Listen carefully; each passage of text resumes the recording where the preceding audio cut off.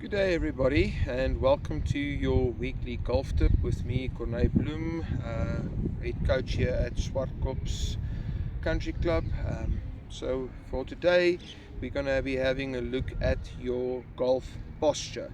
So I see a lot of guys coming in for lessons and they're standing a lot like this, and then I've got the guy standing like that. So we're looking for a good neutral position to get into to make the most athletic swing we can possibly make in the golf swing. So firstly, I want you to take your feet and get them shoulder width apart.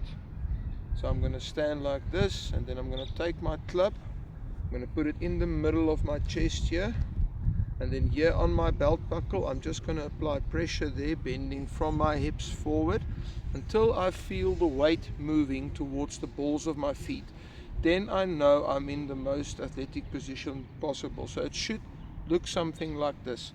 So shoulder width apart with my feet, club in the middle of my chest, on my belt buckle just bending forward from my hips over here, and then you'll see my hands will hang in a natural position there.